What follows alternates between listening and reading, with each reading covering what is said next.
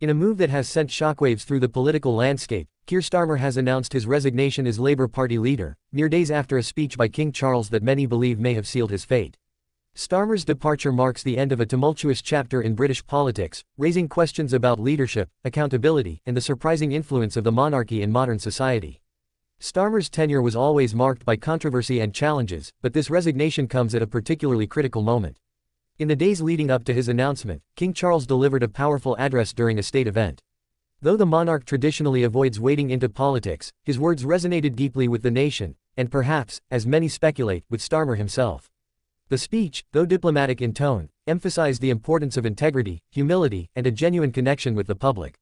King Charles spoke passionately about the responsibilities of leaders to listen, to act decisively, and to uphold the trust placed in them by the people. While no names were mentioned, many interpreted the speech as a veiled critique of Starmer's leadership, which has been criticized for failing to unify his party or resonate with the working-class voters who once formed Labour's backbone. Starmer's resignation statement was brief but loaded with emotion. He spoke of wanting to make way for a new vision, to guide Labour forward, and expressed regret for what he called missed opportunities.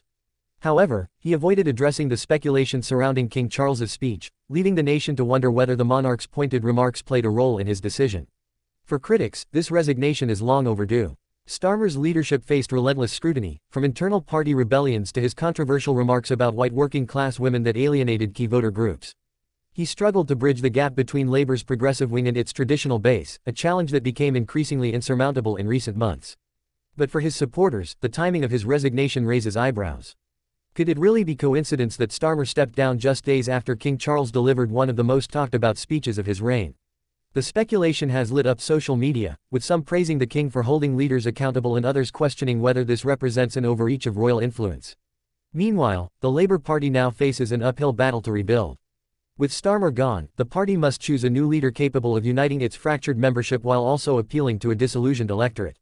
The stakes are high, as the Conservatives continue to consolidate power and voters demand more from those who seek to represent them. This moment also shines a light on the shifting role of the monarchy in British society.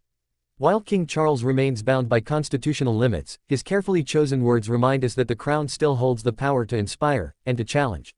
Whether or not his speech directly influenced Starmer's decision, it has undeniably added a new layer of intrigue to the unfolding political drama.